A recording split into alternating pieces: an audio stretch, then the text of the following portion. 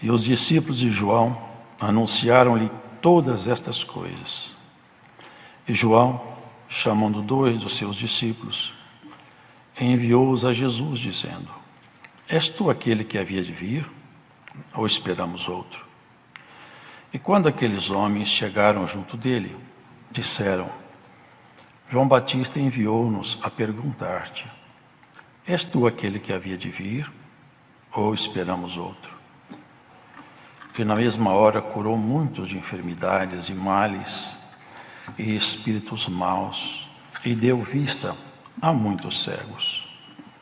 Respondendo então Jesus, disse-lhes: Ide, e anunciai a João o que tendes visto e ouvido, que os cegos veem, os coxos andam, os leprosos são purificados, os surdos ouvem, os mortos ressuscitam, e aos pobres anuncia-se o Evangelho. E bem-aventurado aquele que em mim se não escandalizar. E tendo-se retirado os mensageiros de João, começou a dizer à multidão acerca de João: que saístes a ver no deserto uma cana abalada pelo vento, mas que saístes a ver um homem trajado de vestidos delicados. Eis que os que andam com preciosos vestidos e em delícias estão nos passos reais. Mas que saístes a ver? Um profeta? Sim, vos digo, e muito mais do que profeta. Este é aquele de quem está escrito: Eis que envio o meu anjo diante da tua face, o qual preparará diante de ti o teu caminho. E eu vos digo que, entre os nascidos de mulheres, não há maior profeta do que João Batista, mas o menor no reino de Deus é maior do que ele. E todo o povo que o ouviu, e os publicanos, tendo sido batizados com o batismo de João, justificaram a Deus. Mas os fariseus e os doutores da lei rejeitaram o conselho de Deus contra si mesmos, não tendo sido batizados por ele. E disse o Senhor: A quem, pois, compararei os homens desta geração, e a quem são semelhantes? São semelhantes aos meninos que, assentados nas praças, chamam uns aos outros e dizem: Tocamo-vos flauta e não dançastes, cantamo-vos lamentações e não chorastes. Porque veio João Batista, que não comia pão nem bebia vinho, e dizeis: tem demônio. E veio o Filho do Homem, que come e bebe, e dizeis: eis aí um homem comilão e bebedor de vinho, amigo dos publicanos e dos pecadores. Mas a sabedoria é justificada por todos os seus filhos. Até aqui. Amém.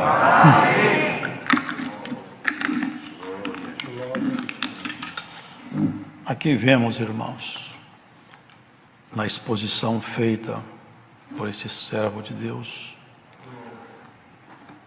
os momentos difíceis que João passou. Um homem que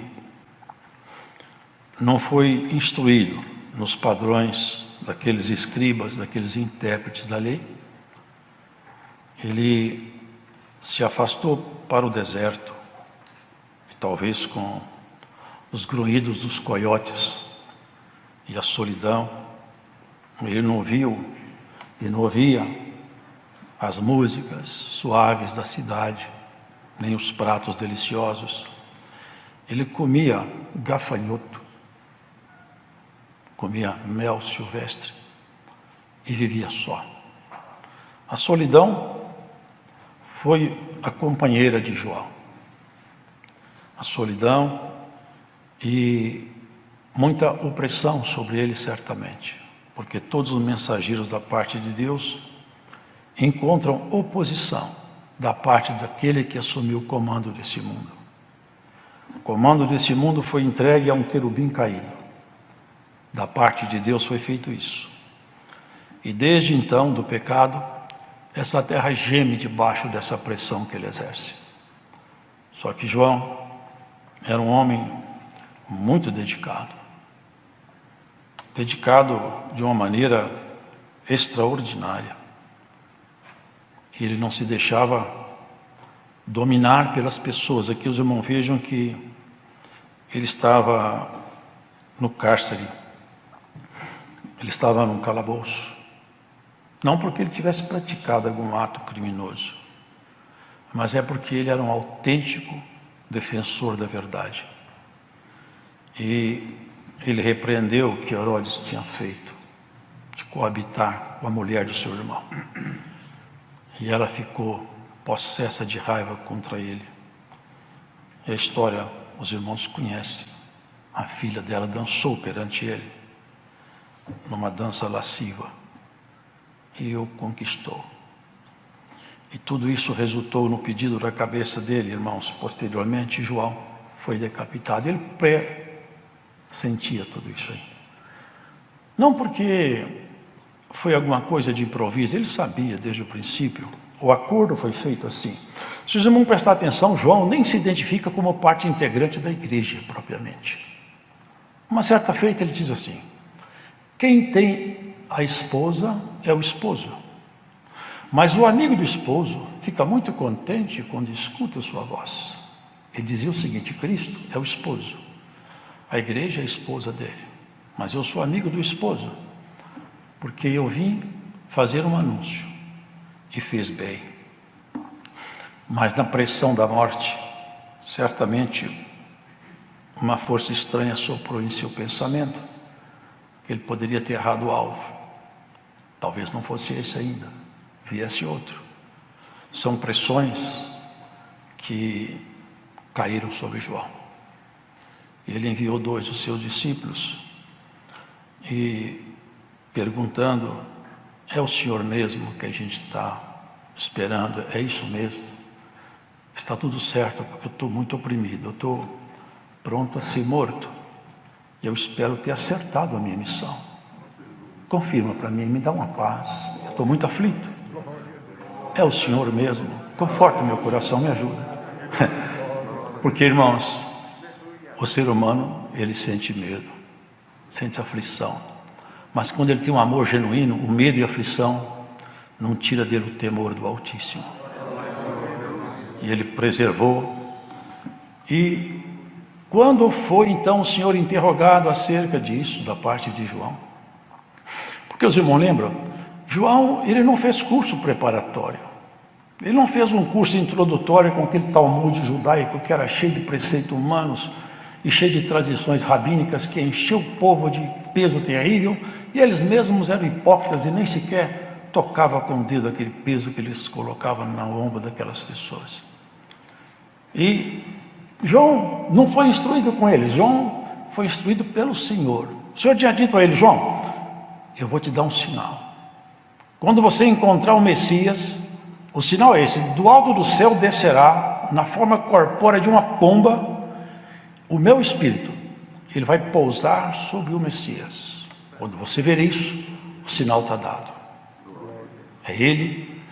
E João, ele era dedicado ao extremo. E eu acho interessante uma parte que me chamou a atenção aqui, porque o Senhor falou assim: dos nascidos de mulher, não existiu nenhum homem superior a João Batista. Irmãos,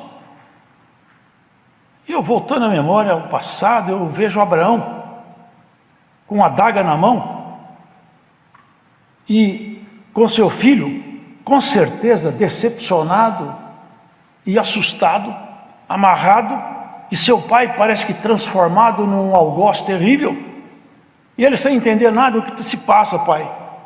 É uma ordem de Deus. Eu te amo, mas eu aprendi a amar a Deus mais do que a você. Eu amo demais, você é o único filho meu, porque o outro não era legítimo. Você é o filho da minha velhice, é toda a minha esperança, tudo que eu tenho de bom é você. Mas entre escolher você e Deus, eu sinto muito, meu filho, mas a minha escolha está feita. Meu amor por Deus, ele não está mais em discussão aqui embaixo. Que grandeza, que majestade. E vem o Senhor e fala: Abraão era menor do que João. Só que João não fez milagres, João não fez prodígio. Aonde está essa grandeza assim aos nossos olhos? Mas João, ele era autêntico. Ele fez uma pregação uma certa feita, e ele expôs o inferno perante aquele povo de uma maneira tão terrível que eles ficaram apavorados. Aqueles doutores da lei, aqueles escribas, aqueles fariseus, aqueles intérpretes daquelas tradições judaicas, depois que ouviram a pregação de João, eles ficaram sobressaltados, porque João era incisivo e sabia o que falava. Eles falaram, e olha, foge da ira de Deus, porque quando vocês passarem pela porta da morte, se você não encontrar com a paz, você encontra com a guerra. A ira de Deus vai te achar do outro lado. Cuidado. E eles ficaram tão assustados que falaram, eu não estou querendo encontrar essa ira não. Vou me batizar porque eu acabo com essa questão aí. E João está falando do batismo. Eu batizo e fica tudo certo. Mas atos cerimoniais, liturgia religiosa, não enche o coração de Deus. Ele estava apenas fugindo do inferno, mas não estava indo na direção de Deus.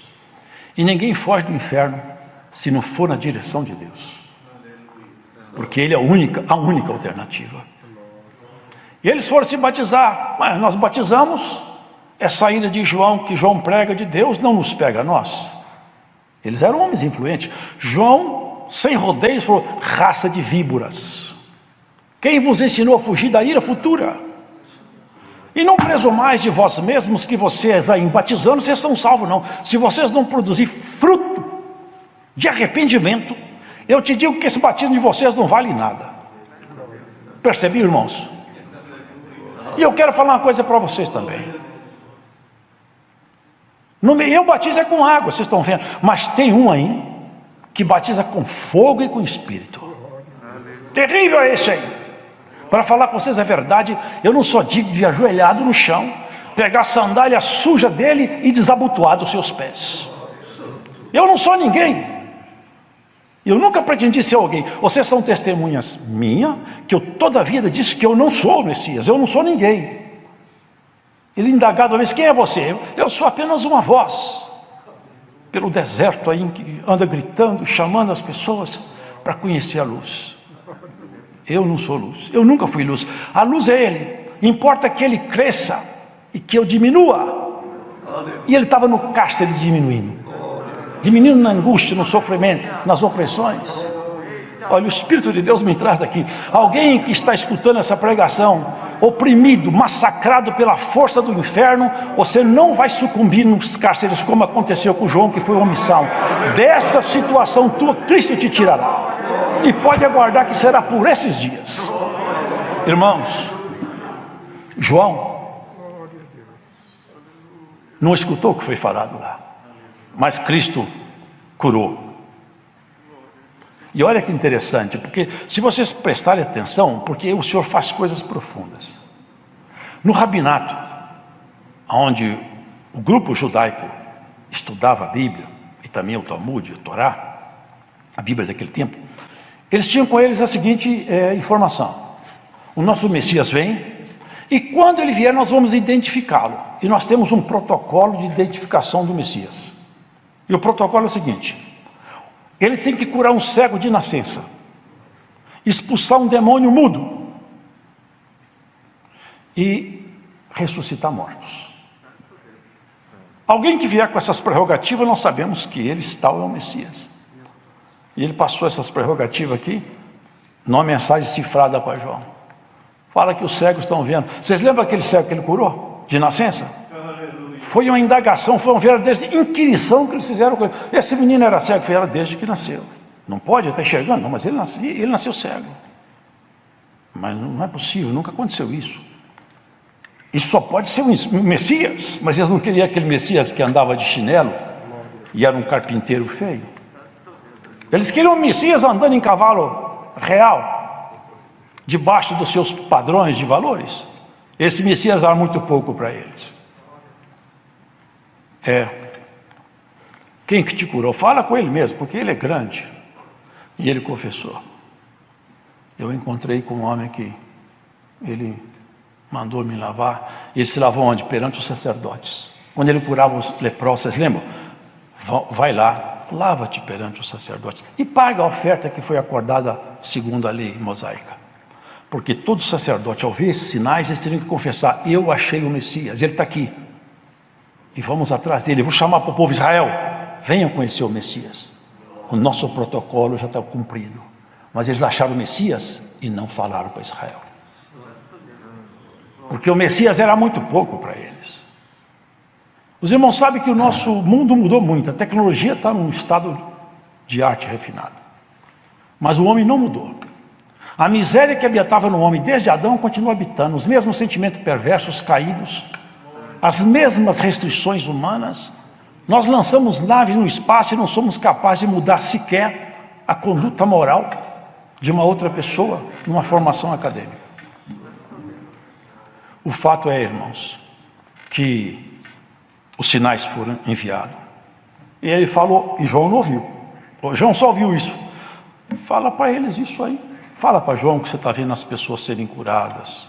Cego enxerga, leproso é purificado. João é um homem espiritual. Eu não vou falar que eu sou Messias. Ele me conheceu por um sinal. Por um sinal eu faço ele me reconhecer outra vez. É o suficiente para ele.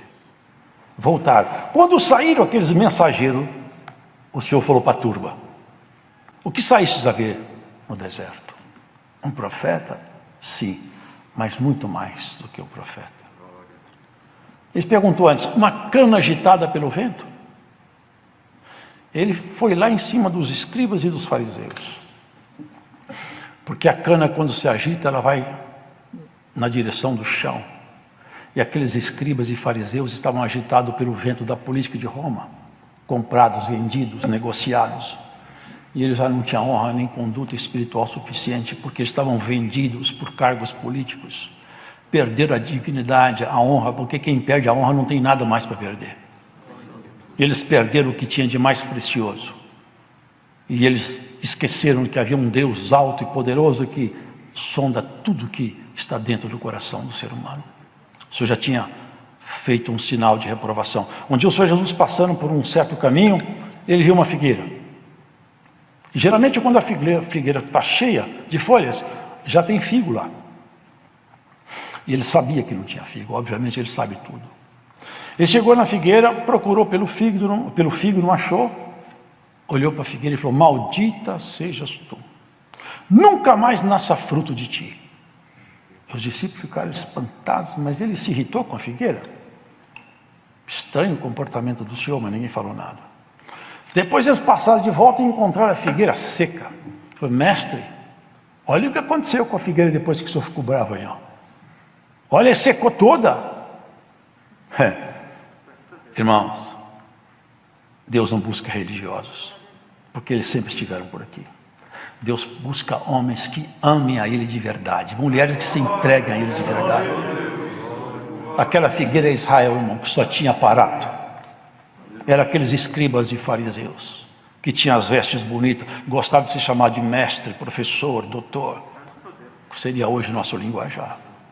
Mas eles não tinham santidade, não tinham busca individual.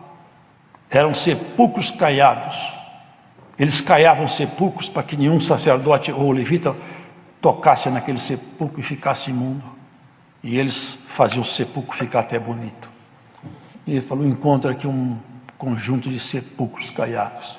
Vocês são bonitos para quem olha, mas quem tocar em vocês, ou seja, quem aprender com vocês, quem for aluno seus, vai se contaminar demais, porque vocês rodam o mundo inteiro para fazer um prosélito. Isso é um recém-convertido, e quando vocês fazem um prosélito, vocês fazem ele pior do que um filho do inferno, pior do que vocês. Vocês percebem como que o caminho do Senhor Deus é um caminho sério, santo, e ele não tem ajustes, não tem acordos políticos, não tem pano quente. Todos nós vamos prestar conta da vida que nós estamos aqui embaixo. E nem sequer conquistamos essa vida. Nos foi dada. Lá na frente, todos prestaremos conta dessa vida que nos foi dada. Para regozijo e para vergonha. Passou pela porta da morte, encerrado está o tempo dos acordos. Por isso, bem-aventurado é aquele que antes de tombar, faz os acordos, como o Senhor mandou aqui, há um tempo atrás. Vai mandar os seus reizinhos fazer os acordos com o nosso grande rei, antes do dia do grande acerto, irmãos. Porque ele falou assim no final: quem que eu vou comparar essa geração? Porque eu queria que vocês chorassem e vocês não choraram. Eu queria que vocês cantassem e vocês não cantaram. Vocês reprovaram o choro e reprovaram o canto. Eu trouxe mensagens severas, vocês não se endireitaram com ela. Eu trouxe mensagens alegres, vocês não aceitaram as minhas mensagens alegres.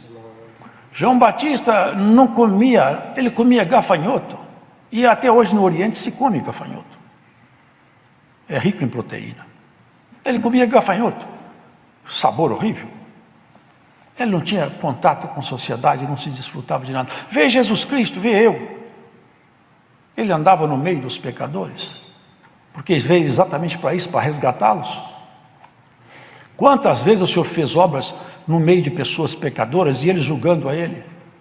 Uma ocasião ele entrou numa casa, certo? Salvo engano, um homem chamado Simão. Estava na casa.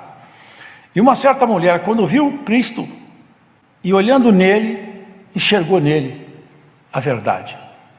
O Deus que ali estava escondido, o Deus Filho, porque nele se congrega o céu e a terra. Por isso, irmãos, que conhecer Jesus histórico, qualquer um pode conhecer, basta abrir um livro. Mas conhecer o Jesus, o Filho de Deus, é necessário que então seja ministrado em nós esse conhecimento pelo Espírito Santo. Essa é a revelação da graça. E aquela mulher foi revelado a ela. Ela nem sequer conversou com ele. Ela abaixou-se e rastejando por debaixo da mesa, talvez nas cadeiras, ela chorava compulsivamente, porque falava: esse aqui é o Filho de Deus. Eu não vou nem olhar para o rosto dele, mas eu vou fazer isso. Eu vou me arrepender aos seus pés. Chorava, e era tanta lágrima que ele molhava os pés sujos de andar pela poeira, e com os cabelos ela enxugava aquele pó sujo de lodo e limpava os pés dele. E alguém falava: essa mulher eu conheço ela, uma pecadora, esse homem não é profeta nada. É isso que estava reprovando. Vocês não sabem avaliar. Jesus sabe avaliar, ele nunca erra na sua avaliação, mas nós erramos com frequência, irmão. Avaliamos mal, pesamos mal, nossas balanças não são boas. Eu entrei na sua casa, você não me deu nenhum beijo, você nem me deu água para lavar os pés. Essa mulher aqui, ó, não cessa de chorar. Vocês lembram de uma pergunta que ele fez também? Tinha um certo homem que tinha um credor, um devia 500 e outro 50. Ele perdoa ambos. Qual dos dois vocês acham que ficou mais contente? Alguém disse: eu acho que aquele que foi perdoado 500. Você acertou. Porque a quem muito é perdoado, muito ama. E bem-aventurados somos nós, que reconhecendo as nossas misérias, nos sentimos perdoados da parte de Deus em Jesus. João não ouviu, mas os amigos ouviram, alguns. Ninguém eu encontrei na terra maior do que João. Mas João não ouviu essa frase na cadeia. Na cadeia é só a linguagem cifrada. Ele faz esses sinais que o Messias tem que fazer. Ele falou: tá bom, para mim eu aceito. E ali morreu um grande homem. E sabe por que ele foi maior do que todo mundo? Porque ele não chamou atenção para si em nada. Ele poderia fazer milagres. Ele tinha capacidade espiritual pela fé que estava nele de fazer qualquer milagre que ele quisesse. Mas ele não fez para ninguém olhar para ele e falar assim: eu não sou ninguém. Eu sou uma voz solitária e cansada. Mas eu conheço a luz. Eis aí o Cordeiro de Deus que tira o pecado do mundo. Corram para ele. Abracem ele. Aprendam com ele. Esse é o Cristo anunciado. Alguém falou ainda: mas você está perdendo seus discípulos. Eu quero perder todos, porque todos são dele. Eu não tenho igreja. Eu sou amigo dele. É ele que tem igreja, não sou eu. Não aceitou elogio? Você é profeta? Eu falei: não sou. Ele não mentiu. É que ele não se encaixava na interpretação deles, naquele conceito deles. Eu sou apenas uma voz. E essa voz que anunciava o Senhor nunca se exaltou. Irmãos, a grande proposta de Deus conosco é nós reconhecermos em Cristo a autoridade máxima de nossa história. Rendermos nosso coração a Ele. E sermos levados cativos por esse amor precioso que Ele teve por nós. Porque Ele foi arrastado aos limites que um ser humano... Porque, irmãos, Jesus é um homem nascido de Maria. É um ser biológico. Mas o Deus que nasceu ali, aparentemente, porque Ele sempre existiu, Ele nunca começou a existir, mas eles criam isso. Esse Deus Filho sempre existiu. Não começou a existir quando Jesus nasceu. Isso aí precisa ficar bem claro para nós que somos servos de Deus. Esse Deus sempre existiu, o Verbo eterno. É a segunda pessoa da Trindade Santa. Ele sempre existiu. Ele apenas tomou forma no homem, porque Ele precisava da credencial de homem para tomar a nossa própria miséria como um problema que nós nunca iríamos resolver. Como que nós tiraríamos de nós as nossas mazelas, irmãos? Nós não temos dignidade para isso. O sangue de cordeiros expiava pecado de forma temporária, mas não modificava a mente do pecador. Precisava de um sangue melhor do que o nosso, do que qualquer um dos santos do passado. Por isso ele tinha que ser um homem de verdade, sem deixar de ser o Deus que ele sempre foi. Ele tinha que congregar nele a natureza de um homem e a natureza de Deus. Essas duas naturezas tinham que estar juntas, mas a natureza de homem tinha que ser vivenciada nos limites de um ser humano. Isso foi tão real que ele chegou a dizer: eu não sei o dia que vai terminar tudo. Porque dentro da natureza humana, ele restringiu o que ele podia absorver para se fazer homem de verdade. No horto, ele sentiu tanta opressão no horto que ele chegou a suar sangue. Eu já vi um relato médico de que certas venículas rompem de tanta angústia. Foi tanta angústia que ele sentiu ali, tanta opressão, que o homem, Jesus, entrou nos limites absurdos de suportar por nossa causa. Ele foi homem, mas Ele é Deus.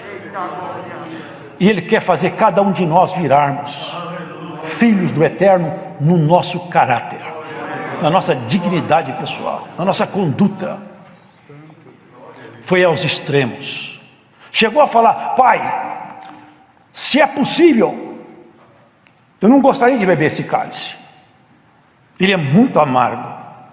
A morte de cruz, rasgado com cravos. Mas tinha um agravante muito pior do que a morte de cruz, porque alguns bandidos morriam morte de cruz. Mas o que era pior do que a morte de cruz era que ele tinha que pagar a nossa conta. Ele tinha que sentir o peso do pecado de cada ser humano cair sobre ele, o castigo, e ele sentir todo o peso do castigo e falar: eu aceito porque eu estou pagando a conta dos meus amigos. Cada gemido, cada opressão, ele foi pegando, quitando a conta de todo mundo. Quando o sangue jorrou na cruz, ele falou: a conta está paga, a conta está paga. Quem acreditar em mim, os meus gemidos lá, paga a conta dele.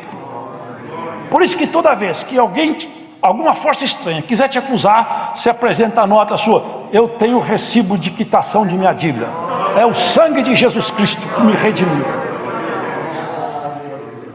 Lázaro, para encerrar a palavra, nós vamos ver, Lázaro morreu, ele ia ressuscitá-lo, ele iria ressuscitá-lo, mas ele revelou sua humanidade. Eu acho isso maravilhoso. A humanidade de Jesus sendo revelada é o próprio Deus se abaixando mesmo. Ele chorou. Por que ele chorou? Porque ele sentia o que o homem sente, irmãos. Mas agora ele quer que nós sintamos o que Deus sente. Por muito tempo ele falava, e assim mesmo se intitulava: eis aqui o Filho do Homem. Ele se intitulava como Filho de Homem, para ter essa prerrogativa de congregar nele a natureza divina e a natureza humana, e em nosso nome fazer paz com Deus, porque nós não podíamos fazer paz com Deus. Mas agora ele deu o direito de nós falarmos: eu sou filho de homem, mas agora também, por adoção, eu sou filho de Deus. E cada um de nós, na nossa pouca estatura espiritual, devemos apontar esse caminho maravilhoso, esse Jesus restaurador, para as pessoas. Para quem sabe, se nós chegarmos lá em cima no céu, e olharmos para trás e ver mais um ou dois, quem sabe, para isso aqui estava lá perdido, mas eu não posso salvar ninguém, não tenho essa competência. Mas eu sei quem salva. E eu falei com ele, vem cá, vamos observar a palavra de Deus. E olhando para Jesus, as trevas abandonam o coração dele. Bem-aventurado aquele que entende a proposta de Deus na sua própria história. Porque você nasceu e você não escolheu seu sexo, seu nome, sua compleição física, seu grau de inteligência, nem sua família. Tudo te foi dado. Porque existem 3 características no relacionamento de Deus com o homem. Uma é a vontade, outra é a permissão e outra é o decreto. Quando Deus faz os seus decretos, como ele fez quando Noé estava na terra, eu me cansei de ver tanta miséria e eu não vou suportar mais, eu vou destruir essa terra, é um decreto. Ele falou para Noé, eu tenho a vontade de salvar você e sua família, construa uma arca. Ele poderia construir ou não. E tem coisas que ele deixa, mas não é que ele quer. Mas o homem é livre para fazer escolhas. Vocês lembram que ele falou para Caim? Caim, o pecado está à porta e bate aí para entrar. Resista a ele. De outra sorte, ele vai entrar e vai te dominar. Caim não resistiu. Por quê? O Senhor permitiu, mas não desejou. E assim, tem muitas coisas que Deus permite, mas não deseja. Tem coisas que Ele deseja e nós não fazemos. E tem coisa que Ele decreta e nem Satanás pode revogar. E há um decreto. Se alguém aceitar a palavra dele, nenhuma força. Está escrito, quem poderá nos separar desse amor? Nem a morte, nem a vida, nem a altura, nem a profundidade, nem qualquer outra criatura.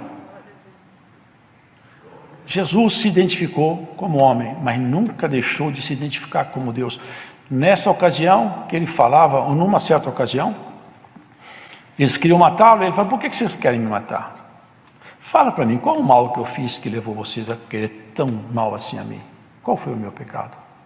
Nós não queremos te matar. É porque você é homem e quer se fazer semelhante a Deus. Você, Abraão, ficou contente quando me conheceu. Para Abraão, o senhor não tem nem 50 anos, você conheceu Abraão? Antes que Abraão fosse, eu sou. Eles queriam jogar pedra nele. Eu falei assim, como pode isso aí? Vocês lembram de Abraão no Carvalhal de Manre? Quando 3 varões se apresentaram a ele? Nenhum anjo de Deus aceita adoração. Se algum anjo aceitar adoração, você pode saber, da parte de Deus ele não foi enviado. Anjo de Deus não aceita adoração é somente a Deus. Mas quando aqueles 3 varões se apresentaram a ele na tarde, ele olhou e alguma coisa nele falou, esses são representantes do Altíssimo. Ele ajoelhou e adorou, e eles aceitaram a adoração. Cristo falou, Abraão conheceu o meu dia, eu tive com ele algumas vezes. Quando ele chegou, vocês lembram do rei de Salém? Que significa rei de paz? Abraão vinha da matança dos reis. Aproximou-se dele um homem, que Hebreus fala bem na natureza dele. E fala que, irmãos, esse homem que ele encontrou, não tinha genealogia, não tinha princípio de dias, nem fim de dias. Portanto, ele não é que ele era imortal só, é que ele nunca começou a viver, porque ele sempre existiu. E esse tal homem que encontrou com ele, Hebreus fala, o sumo representante dessa ordem, que é a ordem dos Melquisedeque, é Cristo. Foi ele que encontrou com Abraão. Por isso que ele falou, antes que Abraão fosse, eu sou. E Abraão ficou alegre porque ele conheceu o meu dia. E nós nos alegremos porque nós conhecemos o dia do Senhor. Vamos fazer a leitura da palavra de Deus, irmãos, que se encontra no livro de Provérbios.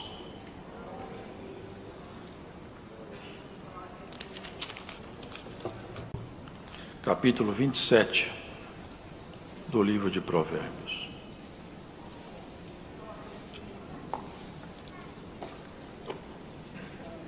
Vamos à leitura com a ajuda de Deus e a guia do Espírito Santo. Não presumas do dia de amanhã, porque não sabes o que produzirá o dia. Louve-te o estranho e não a tua boca, o estrangeiro e não os teus lábios. Pesada é a pedra e a areia também, mas a ira do insensato é mais pesada do que elas ambas. Cruel é o furor e a impetuosa ira, mas quem parará perante a inveja? Melhor é a repreensão aberta do que o amor encoberto. Fiéis são as feridas feitas pelo que ama, mas os beijos do que aborrece são enganosos. A alma farta pisa o favo de mel, mas a alma faminta, todo amargo é doce. Qual a ave que vagueia longe do seu ninho, tal é o homem que anda vagueando longe do seu lar. O óleo e o perfume alegram o coração, assim a doença do amigo com um conselho cordial.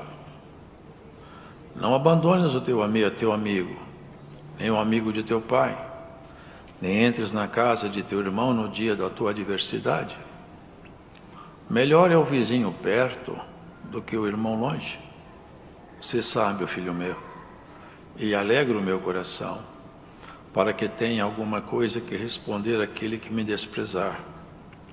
O avisado vê o mal e esconde-se, mas os simples passam e sofrem a pena. Quando alguém fica por fiador do estranho, toma-lhe tu a sua roupa e penhora-o pela estranha. O que bendiz ao seu amigo em alta voz, madrugando pela manhã, por maldição se lhe contará. O gotejar contínuo no dia da grande chuva e a mulher rixosa, uma e outra são semelhantes. Aquele que a contivesse conteria o vento, e a sua destra acomete o óleo.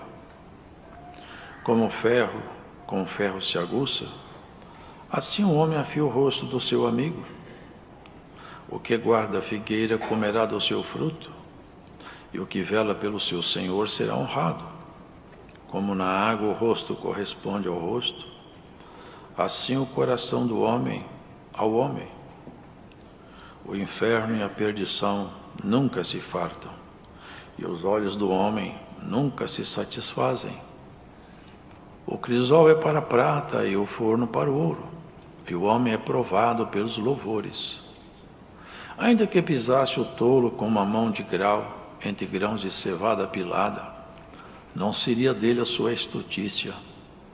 Procura conhecer o estado das tuas ovelhas, põe o teu coração sobre o gado, porque as riquezas não duram para sempre, e duraria a coroa de geração em geração. Quando se mostrar a erva e aparecerem os renovos, então ajunta as ervas dos montes. Os cordeiros serão para te vestires, e os bodes para o preço do campo. E haverá bastante leite de cabras para o teu sustento, para o sustento da tua casa e para o sustento das tuas criadas. Amém. Amém.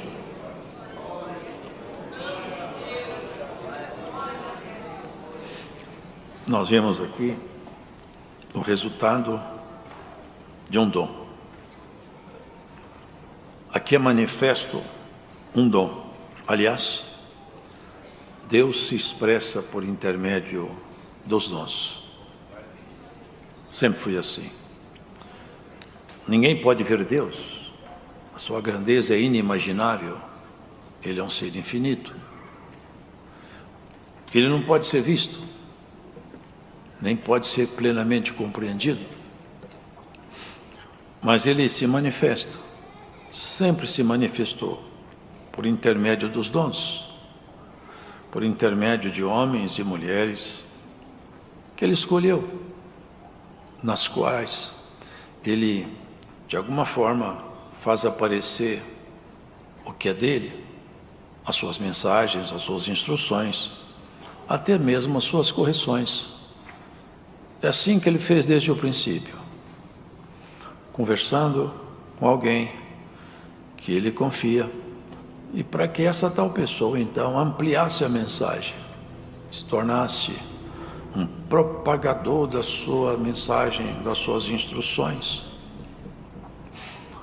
Esse homem aqui, que escreveu esse provérbio, foi assim com ele também. Conversando com Deus num sonho. Ele estava dormindo e Deus conversou com ele, conforme você sabe. O nome dele é Salomão. E a ele foi dado o direito de fazer pedidos. E bem-aventurado é aquele que, quando ele vai pedir alguma coisa a Deus, ele sabe como pedir. Sabe o que pedir a Deus. Tem pessoas que só pedem a Deus coisas temporárias, só se ocupam de pedir a Deus coisas pequenas. As suas orações são todas resumidas em cima de coisas cotidianas. Mas bem-aventurado é quem sabe fazer pedido a Deus, que é capaz de levar seu pedido num patamar mais alto. Pedir proximidade, santidade, para que Ele auxilie você na busca da sua santificação pessoal.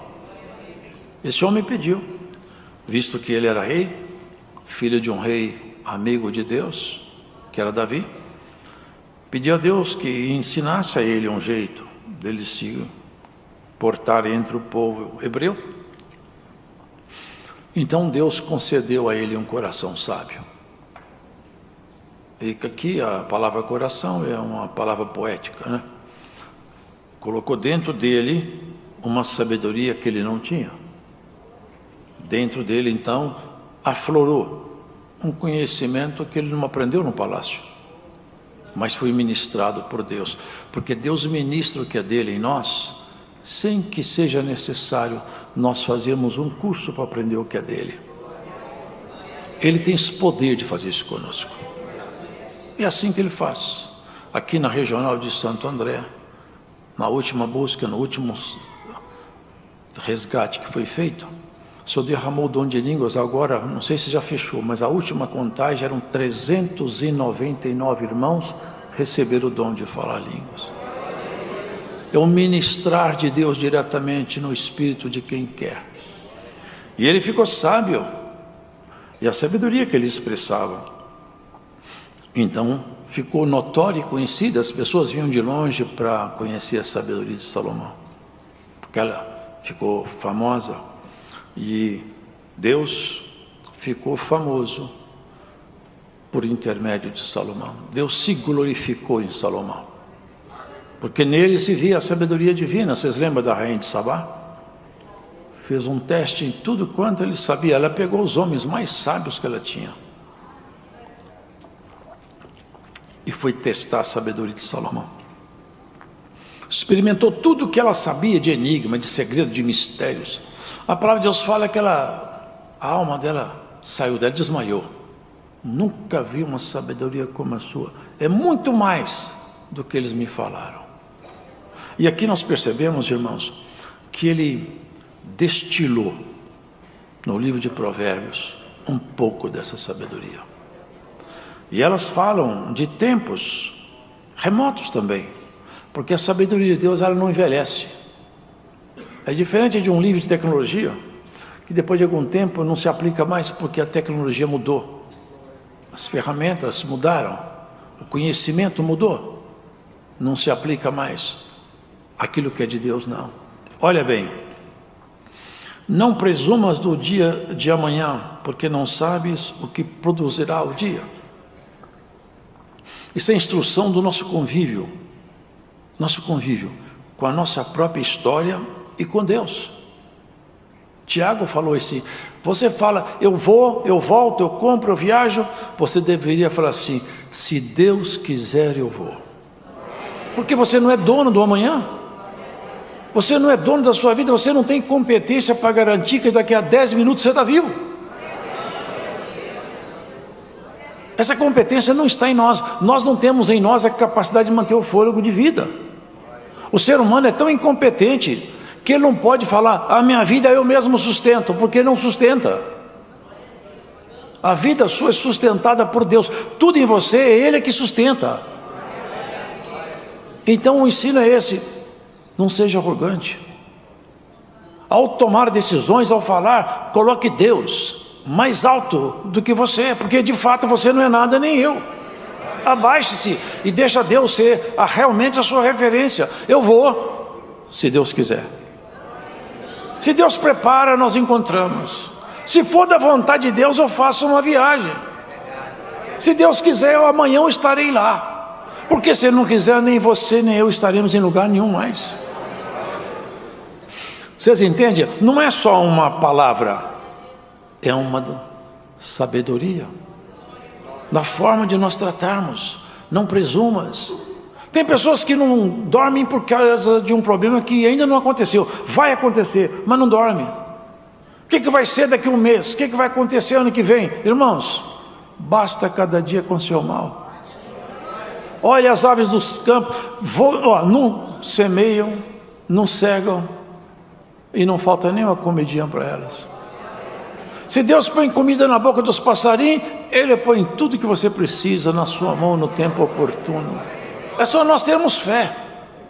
Claro que nós temos que trabalhar, óbvio, mas nós fazemos a nossa parte. O que extrapola a nossa competência está na mão de Deus.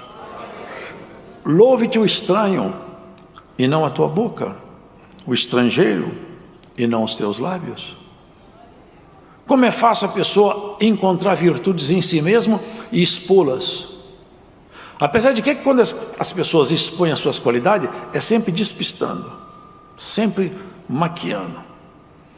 Irmãos, eu tenho uns defeitos, aparece as qualidades.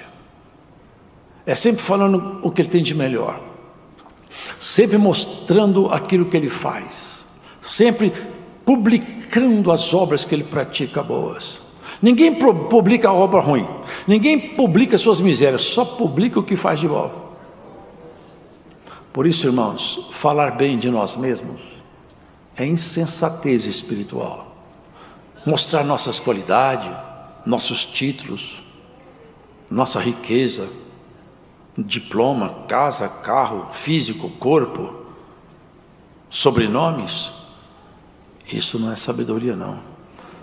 Sabedoria é outra boca falar de você. É você ficar calado. E vocês lembram de João Batista? Quando ele virou as costas, os dois mensageiros que foram lá, quando eles viraram as costas, o Senhor falou: o que vocês foram ver no deserto? Uma cana agitada pelo vento? Um profeta? Eu vou dizer para vocês, é muito mais do que um profeta. Esse aí, eu falo para vocês, dos que nasceram de mulher, nunca nasceu um homem da envergadura de João Batista. Mas ele não ouviu. Só aquela turba que ouviu. Ele ouviu, foi uma palavra acertada. Fala João que os cegos veem, os coxos andam, e aos pobres é anunciado o Evangelho. A palavra para João foi uma, para a turba foi outra. Se é bom que alguém fale bem de nós, seria muito mais magnífico se o Senhor Deus pudesse falar bem de nós. Porque Daniel escutou isso quando ele orava. Olha o que ele escutou: homem muito amado de Deus. Como que ele ouviu isso? Porque lá em cima a boa fama dele já estava lá. Desde que você começou a orar, a sua boa fama foi ouvida. E Deus mandou aqui conversar com você. Por isso, irmão e irmã, não publiquemos as nossas virtudes. Você quer publicar alguma coisa? Publique seus defeitos. Como a gente tem vergonha de fazer isso, não publiquemos nada. Isso é o que está escrito aqui. Seja o estrangeiro, não seja teus lábios. Pesada é a pedra e a areia também, mas a ira do insensato é mais pesada do que elas ambas. O homem sensato, ele tem ira, mas não sabe refrear sua ira. O homem sábio, quando a ira se manifesta nele, ele refreia sua ira. Porque está escrito: a ira não se abriga no coração do sábio. Todas as vezes que a nossa ira começar a se levantar, nós temos que aquietá-la. Já pensou se Deus fosse deixar a ira dele se levantar com os nossos erros? Ele é longânimo, ele fica muito demora demais a ficar irado.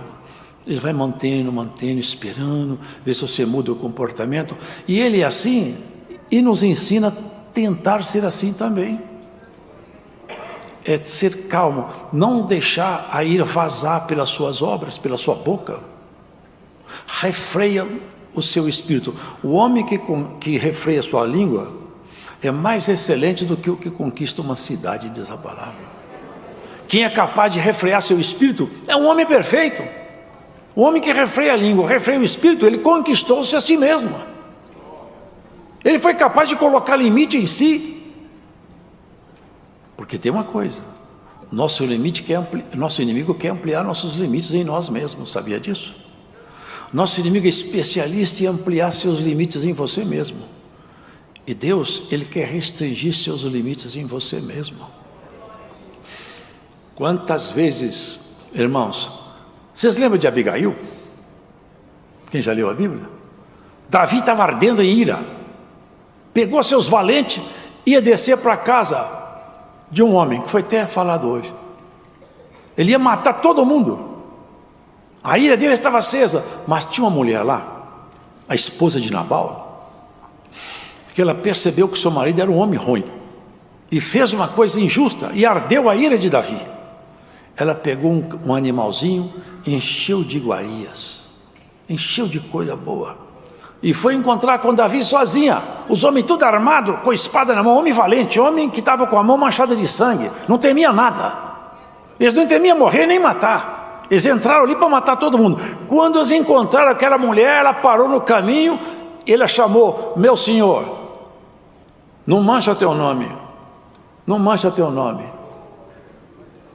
Ali, Davi pulou do animal, falou, o que foi?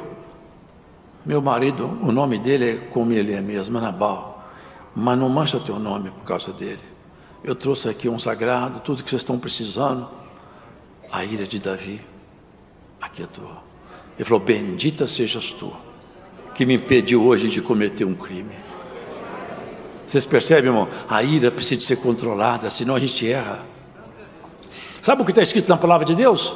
Os anjos sendo muito maiores do que nós, quando peleja com o inimigo, fala com ele, o Senhor, olha como a palavra que está escrita, o Senhor te repreenda, Satanás, que ele queria pegar o corpo de Moisés para fazer uma idolatria, disputava o corpo de Moisés, é um atrevimento, ele queria pegar o corpo de Moisés, chegou o anjo e falou, o Senhor te repreenda, Satanás, acabou, não falou mais, não começou a desfilar todos os impropérios que ele merece. Irmãos, conter o nosso espírito é próprio de quem conhece a Cristo mais profundamente. Quem sabe nessa palavra hoje, você tem um desejo de trabalhar nessa direção, colocar mais limites em você mesmo. Fiéis são as feridas feitas pelo que ama, mas os beijos do que aborrece são enganosos. Tem pessoas que tratam você bem, elogia, toda hora falam uma qualidade sua publicamente perto dos outros, mas as palavras são uma coisa, o coração é outra. Isso aí é hipocrisia. Mas tem pessoas que te chamam a atenção, aponta aos seus dias, você errou aqui, isso aqui não se faz, porque te ama. Pessoas que têm honestidade, você andou errado, isso que você falou está errado. Quem tem honestidade fala para o amigo aquilo que ele errou, e o amigo honesto sabe aceitar a repreensão. E vocês lembram de Pedro? Teve uma ocasião na Galácia que Pedro, ele já tinha percebido a graça, até porque foi com ele que houve uma dispensação para os gentios. Então ele sabia que a graça não estava restrita dentro do contexto judaico, ela foi entregue a todos quantos quererem, e ele já tinha percebido isso. Então quando ele chegou com medo dos irmãos, os judeus não se assentam com os gentios, mas para Pedro já tinha passado, eu já estou entendendo a graça, se assentou no meio de gentios, mas quando vieram os irmãos de Jerusalém, ligados a Tiago, que estava ainda no rito da circuncisão, fazendo a transição, ele foi despistando, afastou, e como alguém que não quer nada, foi lá para o canto e encostou no outro canto, ficou longe deles. E Barnabé fez a mesma coisa. Eu vou ficar longe, daqui a pouco nós vamos ser reprovados por esses irmãos. Saíram de fininho, saíram da francesa, ficaram tudo longe. Paulo chegou lá, viu aquilo, falou assim: papelão, hein, Pedro? Se você é judeu, você está vivendo igual gentio, por que estão brigando os gentios a viver como judeu? Chamou a atenção dele duramente. Sabe o que Pedro escreveu na carta dele? Irmãos, tem muitas pessoas querendo distorcer as palavras de Paulo, porque elas são profundas. Deus deu para esse homem muita sabedoria, defendendo Paulo na sua carta. Você percebe que a ferida dele foi recebida como ensinamento? Quando nós somos repreendidos por um homem sábio, pela palavra de Deus, nós temos que abaixar a cabeça. Graças eu te dou, eu quero aprender. O soberbo não aceita aprender não, mas o sábio aceita. O soberbo, quando é repreendido, ele fica seu inimigo. O sábio fica seu amigo. Glórias a Jesus. Essa palavra hoje quer fazer você ser sábia, sábio. Seja o estrangeiro e não tua boca que te louve. Glórias ao Senhor. Seja outros lábios e não os teus. Não fica contando as suas vitórias, contando a obra que Deus fez, contando quem é você. Tranca a sua boca, deixa outros falarem quem é você. Que as obras gritem quem é você atrás de você, que os que vivem com você, que seus amigos, seus parentes falam: eu sei quem é ele. Aí você vai estar agindo como sábio. Tem pessoas que ficam nervosas à toa, perde a paciência, são explosíveis. Eu sou assim mesmo, é meu gênio. Não, é que você perdeu o controle. Você está fora do controle espiritual. Assuma o controle da tua vida, senão o adversário daqui a pouco pega o controle e você não faz mais nada. Vocês já viram a pessoa falar? Eu já vi. E no trânsito é muito comum. Levanta com arma na mão, desafoga a raiva, dá murro, briga, mata. Por quê? Não é capaz de conter sua própria ira. Hoje o Senhor Jesus Cristo aquieta a ira dentro do seu coração, a minha e a sua, em nome de Jesus. Seja um homem calmo, seja uma mulher controlada, engole a sua ira, abaixa a tua cabeça. Fala: sim, Senhor, é isso aí que eu estou precisando mesmo.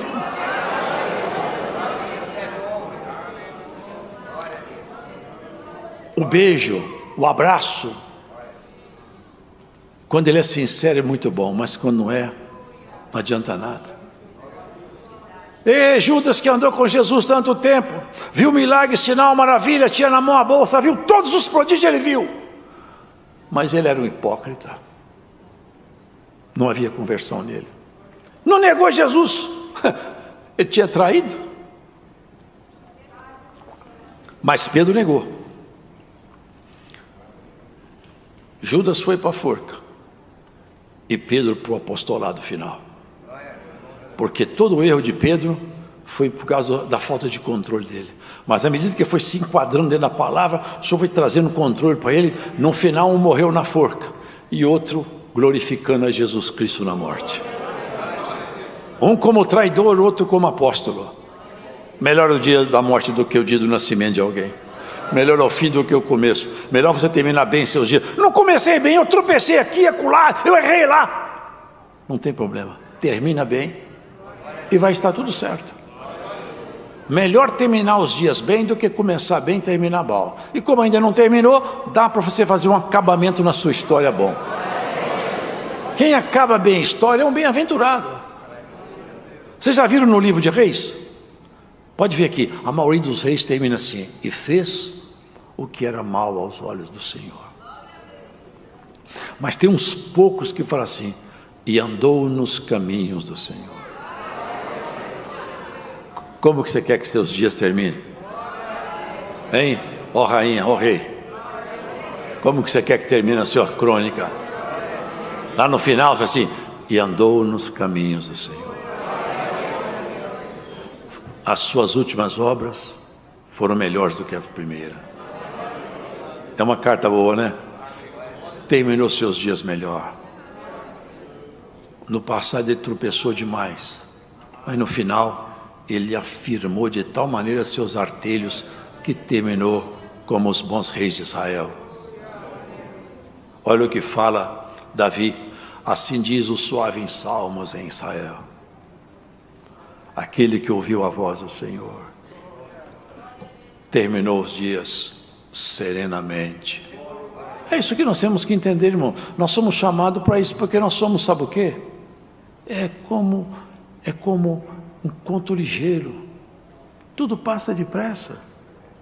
Nós, quando terminarmos, temos que terminar melhor do que começamos. A alma farta pisa favo de mel, mas a alma faminta, até o que é amargo, ela acha doce. Eu já vi, você já deve ter visto, aí nas ruas, as pessoas reviram lixo, abrem os saquinhos.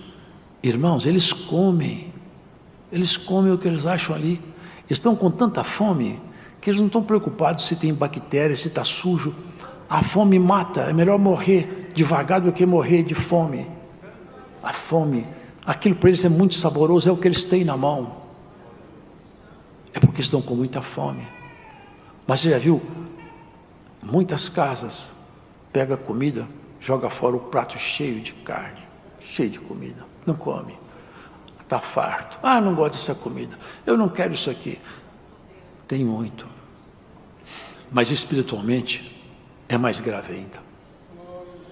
Teve um tempo, irmão, na terra, que teve um casal que tinha tudo que um ser humano pode desejar e além do que o homem pode imaginar.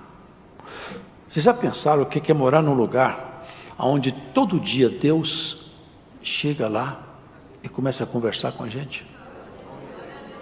Já pensaram isso? Você está na sua casa, Deus chega lá, ei, hoje eu vim conversar com você.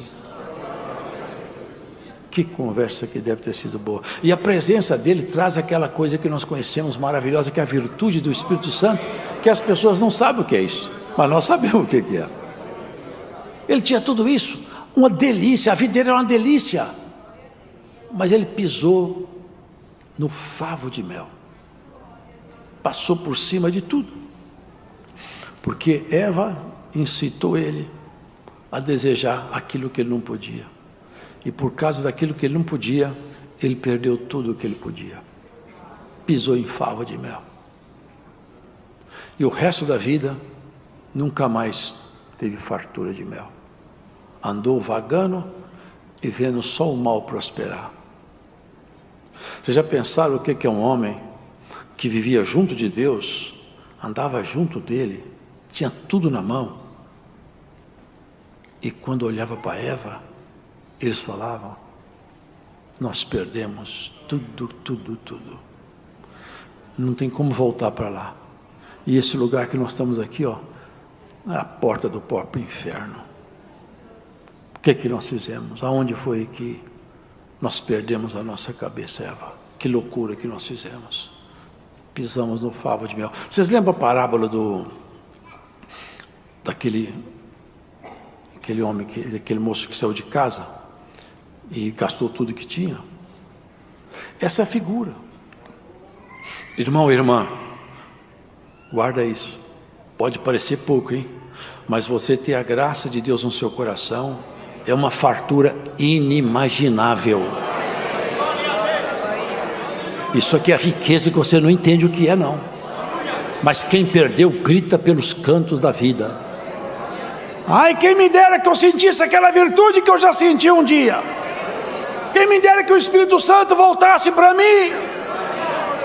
Glórias ao Senhor. Irmão, por essa palavra e por essa pregação e pela inspiração que está aqui, o Espírito de Deus vai voltar para alguém longe daqui, não aqui, longe daqui. O Espírito de Deus te pega agora. Glórias a Jesus. Glórias a Jesus. Eu sinto a virtude do Espírito Santo aqui, irmão. Glórias a Jesus. O Senhor te pega e não vai te soltar mais. Agarra essa palavra, segura nesse concerto sagrado refeito por essa pregação.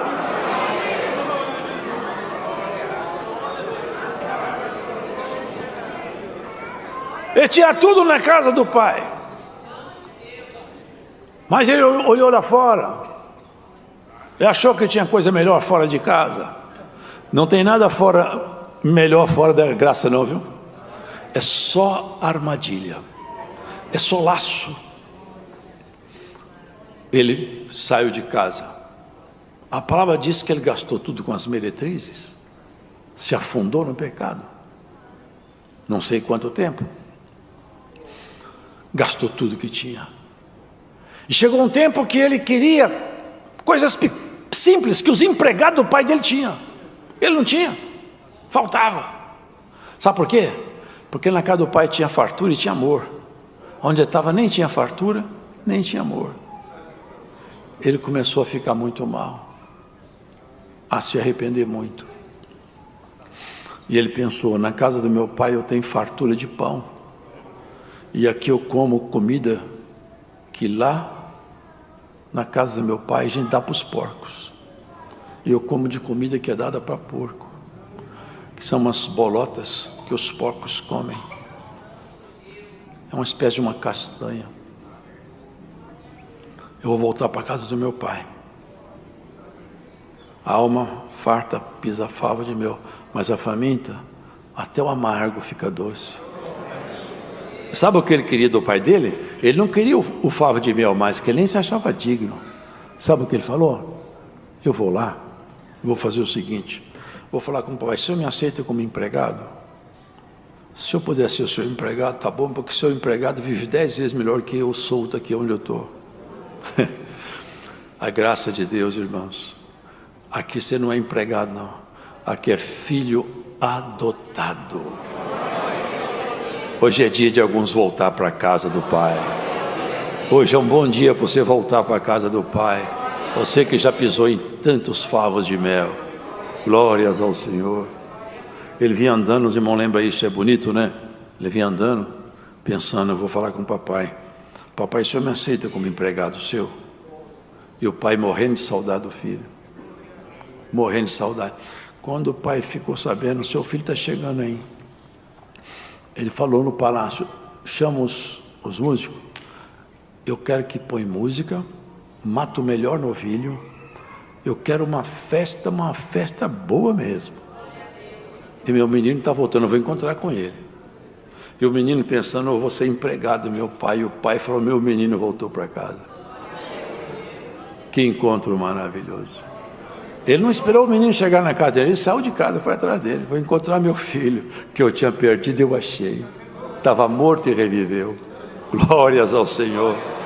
Oh irmão, hoje é um bom dia. Hoje é o dia do filho pródigo voltar para casa. Ó filho pródigo, volta para casa. Aceita o chamado, você que pisou em favo de mel, aceita hoje a palavra, volta para casa. Glórias a Jesus. Eu sinto a virtude do Espírito Santo que está pegando filhos pródigos por aí, vai trazer de volta. Vai voltar para casa. Em casa o irmão deles, o irmão lembra disso aí? Você está fazendo essa festança aí para esse filho seu, nem chamou de irmão, esse filho seu que gastou tudo que tinha com as meretrizes. Eu estou aqui na sua casa o dia inteiro, ó, nem um cabrito eu ganhei para fazer festa com meus amigos. É assim. Tem você sabe missão resgate? Está buscando muito filho pródigo aí. E quando ele chega em casa, sabe o que está acontecendo com eles? Recebe dom. Tem uns que só dá o dom de línguas. E tem uns que falam, será que é Deus? Eu estou aqui há 30 anos, não recebi o dom. Esse chegou agora, está com o dom. Será que esse é filho de Deus mesmo? O pai está alegre, você vai ficar triste. O pai está contente, o pai fez festa, matou o novilho cevado. É o dom de Deus que caiu. Esse dom vai cair em alguém em nome do Senhor Jesus. Recebe o dom de Deus pela inspiração da palavra pregada. Glórias a Jesus. Pisou em favo. Irmão, não dá para continuar, porque é muita coisa aqui. Mas tem muita gente que pisou em favo de mel e nunca mais voltou. Mas o filho pródigo voltou. Estejamos nós na relação dos pródigos, os que gastaram, mas se arrependeram. Porque tem festa, tem som de música, tem novilho cevado, tem abraço do pai. O que as pessoas buscam aí no mundo? Prazeres, felicidade, uma bela ilusão. Depois termina tudo tão triste. Depois, ao final, é como um veneno no final de um copo. O travo do veneno vem depois que você bebe. Depois vem o travo do veneno. É assim o pecado. O travo do pecado vem no final da vida. É quando não dá mais tempo de você consertar nada. Vem o travo. O que eu fiz da minha vida? O que eu arrumei com a vida que Deus me emprestou? Porque você não tem vida não, hein? Essa vida foi te dada por Deus. Você não conquistou vida nenhuma, você não tem nada. Você foi colocado nesse mundo aqui por Deus, e você tem que prestar conta da vida que você tem aqui dada por dádiva dele. Você vai prestar conta. Vai chegar lá no final, vai ter um ajuste, todos vão chegar diante do Senhor, e cada um vai prestar conta da vida que teve. Muitos livros vão abrir, e muitos gemidos vão aparecer, verdadeiros lamentos.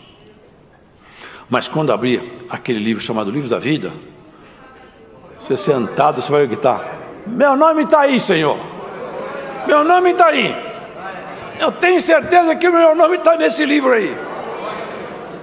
Esse é o nosso dia. Esse é o nosso dia. Eu vi uma coisinha que eu vou tentar falar aqui, que a hora já passou.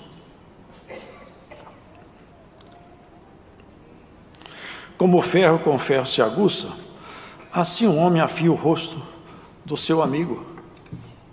Vocês entendem isso aí? É bonito isso. Você consegue fazer o corte numa faca, por exemplo, passando ela noutra faca, ou num ferro. Geralmente os açougueiros usam ferro, né? Eles batem a faca no ferro, e vai batendo em tal ângulo que vai afiando o corte. Assim, quando você convive com pessoas sábias, com pessoas santas, você fala uma coisa, ele te replica, ele te ensina, você ensina, vão se afiando. Daqui a pouco os dois estão sábios, sabem conversar, sabem falar. E quando alguém te repreende, você não fica irritado, porque o soberbo não pode ser repreendido, ele é muito cheio de si. O soberbo ninguém pode repreender, porque ele é tão cheio de si mesmo. Como que alguém inferior a mim vai me ensinar? Todo mundo é inferior. O soberbo, todo mundo é inferior a ele. Mas o simples não. O simples ele aceita. Deus te abençoe, meu irmão. Deus te abençoe. Eu precisava de ouvir isso aí. Deus te pague. Se você aceita conselho, até irmãos, para encerrar a palavra, tem gente que é tão cabeçudo que Deus para aconselhar. Vocês lembram do que aconteceu com Balaão? Balaão é tão cabeça dura, montado no jumento. Ele já sabia a vontade de Deus, mas tão cabeça dura, que Deus um dia teve que pegar um jumento para aconselhar Balaão. Vocês podem ver que ele estava tão teimoso, tão cheio de si, que nem percebeu que o jumento falava, porque é uma coisa absurda, tão extraordinária, que qualquer um se assustaria, saltaria do jumento e saia correndo. Mas ele discutiu com o jumento. O homem teimoso, ele discute com o jumento mesmo. Mas o homem sábio, não. Ele aceita a palavra. Hoje o Senhor te recomenda, fica atento à voz da repreensão. Fica atento à voz do conselho. O jumento argumentou com ele. Ele argumentou com o jumento. Até que a que ponto chega um profeta ruim? Se eu tivesse uma espada aqui eu te matava, mas eu te servi todo esse tempo. Será que você não lembra o tempo que eu te servi? Será que você esqueceu tudo isso? Como que pode, irmão? Vocês percebem como que o homem vai abaixando? Vai abaixando, vai abaixando. Vai perdendo a espiritualidade, perdendo a luz, perdendo tudo. E outros vão subindo, a ponto de um deles, o Senhor passar aqui na terra e falar: eu vou levar você embora para mim, você não vai ficar mais aqui. E Eliseu sabia. Vocês lembram disso? O Senhor falou assim: Elias, eu vou te levar embora. Eliseu escutou. Falou: o quê? Vou ficar colado em Elias agora, que no dia que Deus pegar Elias, eu vou negociar com Deus alguma coisa a respeito dele. Você fica aqui, Eliseu, que eu vou lá no Jordão. Falei: vive a tua alma que eu não te largo. Que pode ser que é exatamente aí que Deus vai te levar. Eu não vou te deixar não. Você pode me esperar aqui, eu não te espero, eu vou com você onde você estiver. Uma visão. Carros e cavaleiro um carro de fogo apareceu e desceu o redemoinho, e do redemoinho Deus pegou Elias. O homem foi cada vez melhor e subiu. Assim como foi Elias, assim vai ser a igreja, cada vez melhor, e nós vamos para a casa do Pai.